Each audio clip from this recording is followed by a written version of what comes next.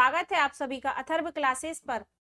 महिला पर्यवेक्षक की पोषण एवं स्वास्थ्य की जो महत्वपूर्ण प्रश्नों की सीरीज स्टार्ट करी थी उसका यह चौथा पार्ट है। इससे पहले 3 क्लास चैनल पर अपलोड कर दी हैं, तो अगर आपने अभी तक नहीं देखी है तो चैनल पर जाकर जरूर देखें। आइए शुरू करते हैं आज की क्लास। इससे पहले अगर आपने चैनल सब्सक्राइब नहीं किया है तो चैनल को सब्सक्राइब जरूर करें और आप सभी से अनुरोध है कि वीडियो को पूरा जरूर देखें और साथ में कमेंट बॉक्स में आंसर जरूर दीजिएगा। तो आज का हमारा पहला प्रश्न है, प्रोटीन ऊर्जा कुपोषण बच्चों के आहार को किसमें समृद्ध होना चाहिए। तो ऑप्शन दिए गए हैं प्रोटीन, मसालों, उपर्युक्त दोनों या कार्बोहाइड्रेट। प्रोटीन ऊर्जा कुपोषण जिसे कि शॉर्ट में पीईएम भी कहा जाता है, प्रोटीन एनर्जी मलन्यूट्रिशन। तो बच्चों के आहार में समृद्ध होना चाहिए क्या क्या उसमें, प्रोटीन और मसाले दोनों। तो राइट आंसर होगा ऑप्शन नंबर सी, उपर्युक्त दोनों।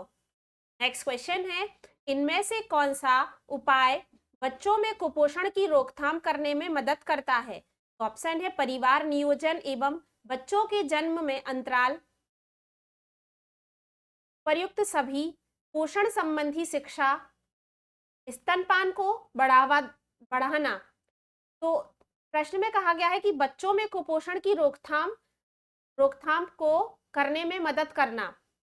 तो इसमें परिवार नियोजन एवं बच्चों के जन्म में अंतराल, पोषण संबंधी शिक्षा, स्तनपान को बढ़ावा देना, ये सभी शामिल है। तो राइट आंसर होगा ऑप्शन नंबर बी, उपर्युक्त सभी। ये ऑप्शन नंबर डी होना था, यहाँ पर उपर्युक्त सभी रहेगा। तीनों ऑप्शन सही है। नेक्स्ट क्वेश्चन है, इनमें से कौन दस्त के उपचार का महत्वपूर्ण भाग नहीं है। तो ऑप्शन दिए गए हैं, यदि संभव हो तो निर्जलीकरण होने की रोकथाम करना, यदि निर्जलीकरण हो जाए तो उसका तेजी से उपचार करना, बच्चे का पेट भरना, आहार में तेलीय और मसालेदार भोजन शामिल करना। तो राइट आंसर होगा ऑप्शन नंबर डी, आहार में तेलीय और मसालेदार भोजन शामिल करना। तो दस्त के उपचार में महत्वपूर्ण जो भाग नहीं पूछा गया है तो वह होगा option number D. Next question है, इनमें से कौन प्रोटीन का समृद्ध स्रोत है।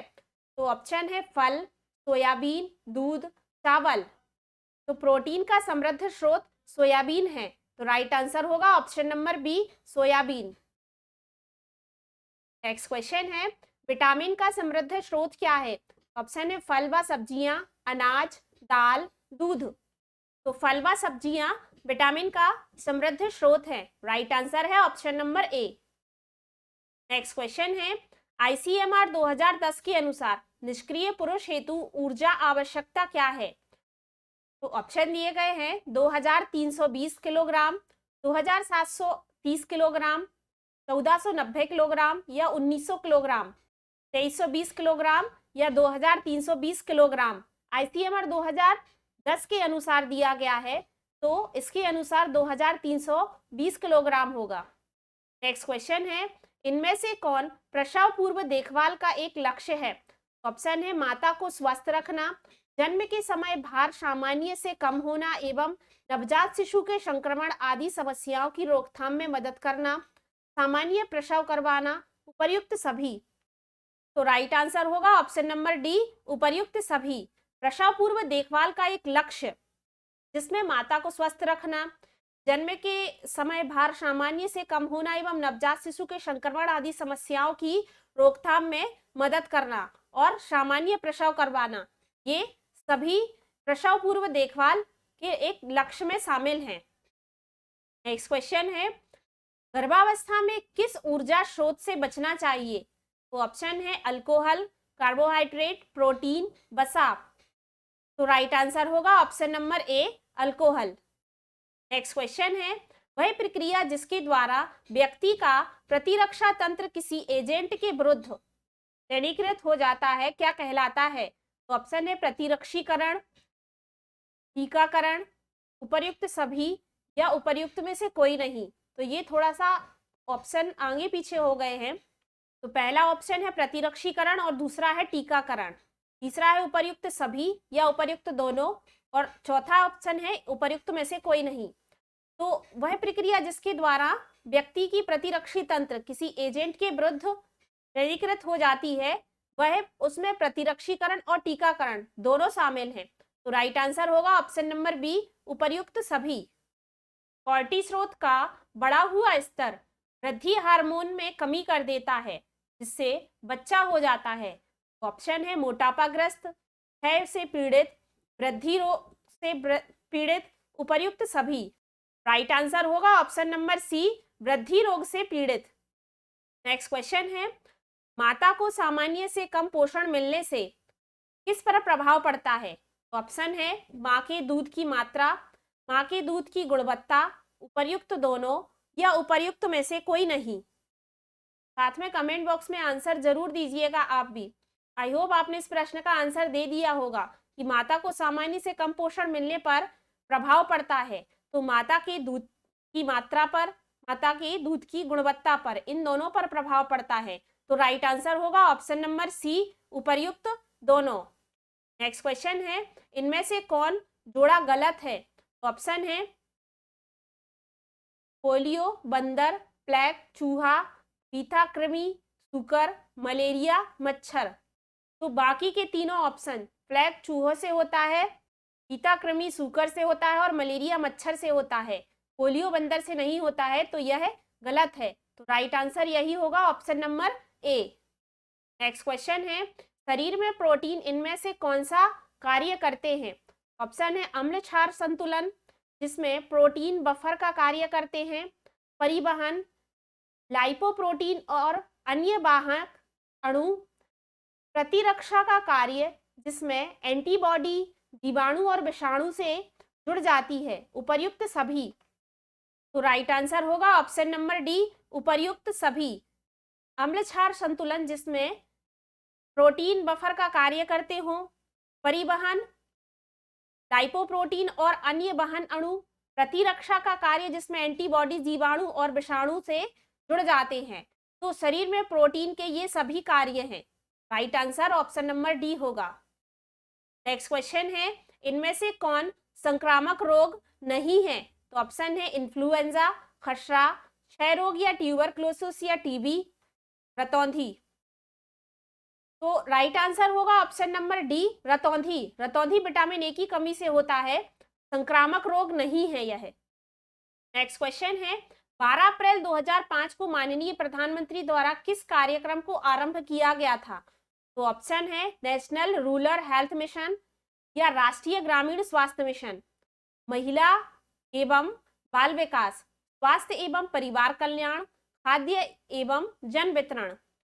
तो याद रखिए, काफी इंपॉर्टेंट प्रश्न है कि 12 अप्रैल 2005 को माननीय प्रधानमंत्री द्वारा राष्ट्रीय ग्रामीण स्वास्थ्य मिशन यानी कि नेशनल रूरल हेल्थ मिशन की स्थापना या आरंभ हुआ था। तो राइट आंसर होगा ऑप्शन नंबर ए। प्रश्न ऐसा भी पूछा जा सकता है कि राष्ट्रीय ग्रामीण स्वास्थ्य मिशन की का आरंभ कब हुआ था? तो 12 अप्रैल 2005 को। नेक्स्ट क्वेश्चन है, डीपीटी वैक्सीन का उपयोग की रोकथाम या किसकी रोकथाम के लिए नहीं किया जाता? तो ऑप्शन है डिप्थीरिया, काली खांसी, क्षय रोग या ट्यूबरक्लोसिस, टिटनेस। तो डीपीटी जिसका पूरा नाम ही होता है डिप्थीरिया, पर्ट्यूसिस और टिटनेस, तो जिसमें डिप्थीरिया, पर्ट्यूसिस यानी काली खांसी और टिटनेस, ये तीनों वैक्सीन के लिए डीपीटी का टीका लगता है। क्षय रोग, ट्यूबरक्लोसिस, इसके लिए डीपीटी का टीका नहीं लगता है। राइट आंसर यही होगा option number C. Next question है, आईसीएमआर 2010 के अनुसार नवजात शिशुओं 6 से 12 माह के लिए प्रतिदिन आवश्यक प्रोटीन की कितनी मात्रा है? तो ऑप्शन है 1 ग्राम प्रति किलोग्राम शारीरिक भार, 1.69 ग्राम प्रति किलोग्राम शारीरिक भार, 2.25 ग्राम प्रति किलोग्राम शारीरिक भार या 3.4 ग्राम प्रति किलोग्राम शारीरिक भार। तो राइट आंसर होगा ऑप्शन नंबर बी, 1.69 ग्राम प्रति शारीरिक भार। नेक्स्ट क्वेश्चन है, विटामिन क्या है? तो ऑप्शन है कार्बनिक यौगिक, अकार्बनिक यौगिक, जीवित प्राणी, उपर्युक्त में से कोई नहीं। तो विटामिन एक प्रकार के कार्बनिक यौगिक है। राइट आंसर होगा option number A. Next question है, शरीर में आयरन का उचित ढंग से उपयोग होने के लिए इनमें से कौन महत्वपूर्ण है? तो ऑप्शन है निकोटेनिक अम्ल एवं वसा, वसा एवं प्रोटीन, एस्कॉर्बिक अम्ल एवं प्रोटीन, कार्बोहाइड्रेट एवं वसा। राइट आंसर है ऑप्शन नंबर सी, एस्कॉर्बिक अम्ल एवं प्रोटीन। तो शरीर में आयरन की उचित ढंग से उपयोग होने के लिए जो महत्वपूर्ण है वह एस्कॉर्बिक अम्ल और प्रोटीन है। नेक्स्ट क्वेश्चन है, इनमें से किसे किशोरावस्था के दौरान का खानपान से संबंधित विकार नहीं माना जाता है? तो ऑप्शन दिए गए हैं, एनोरेक्सिया नर्वोसा, बुलिमिया नर्वोसा, मासिक धर्म या ठूस ठूस कर खाना। तो राइट आंसर होगा ऑप्शन नंबर सी, मासिक धर्म।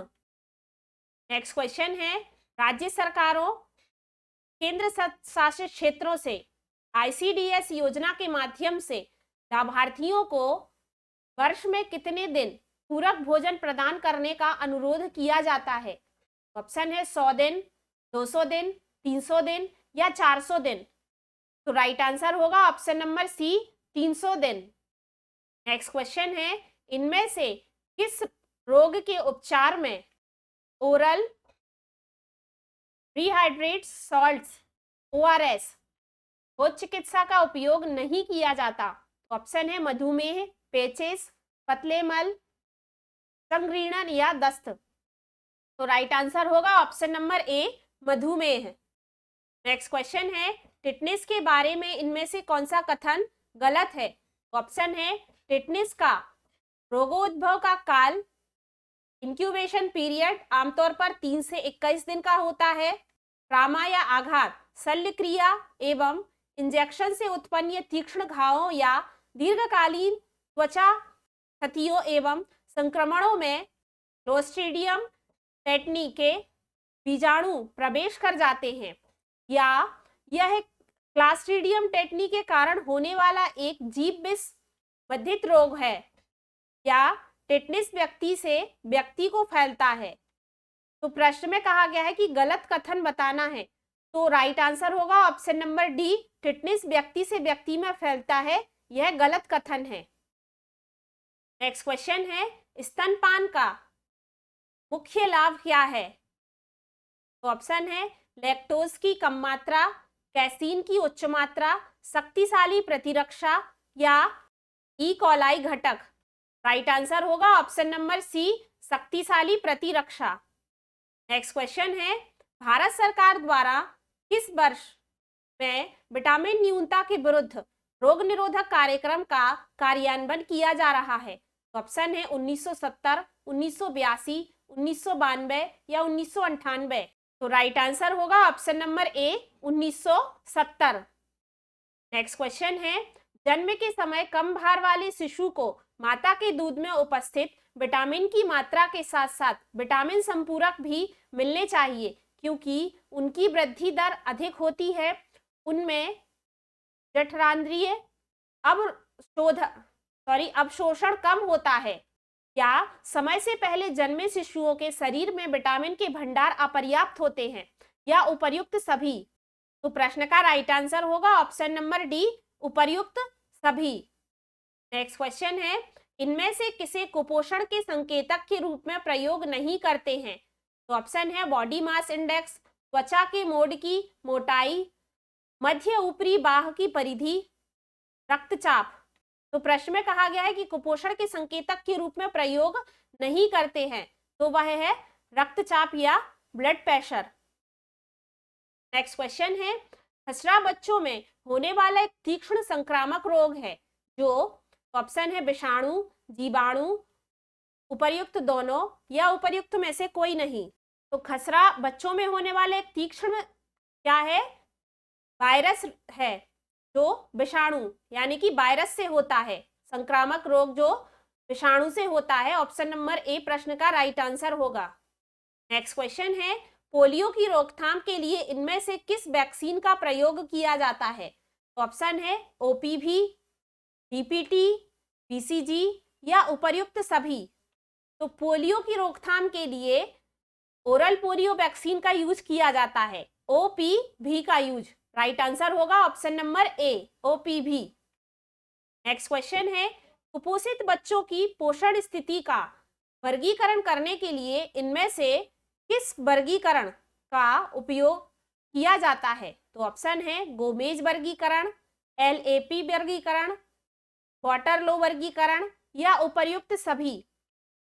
तो कुपोषित बच्चों की पोषण स्थिति का वर्गीकरण करने के लिए इनमें से इन सभी वर्गीकरण का उपयोग किया जाता है, गोमेज, लेप और वाटरलो का। तो राइट आंसर होगा ऑप्शन नंबर डी, उपर्युक्त सभी। नेक्स्ट क्वेश्चन है, इनमें से कौन सा कथन गलत है?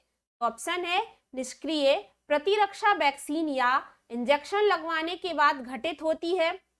बीसीजी और चेचक के वैक्सीन रोग उत्पन्न करने वाले जीवित किंतु कमजोर रोगाणुओं से बने होते हैं।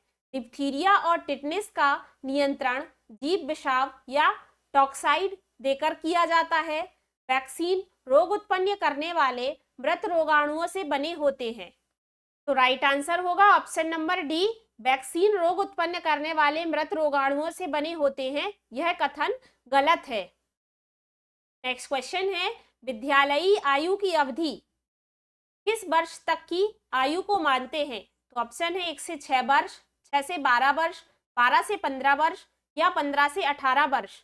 तो राइट आंसर होगा ऑप्शन नंबर बी, 6 से 12 वर्ष। नेक्स्ट क्वेश्चन है, किस आयु के शिशुओं के लिए माता के दूध के अलावा पूरक भोजन भी दिए जाना अनुशंसित है?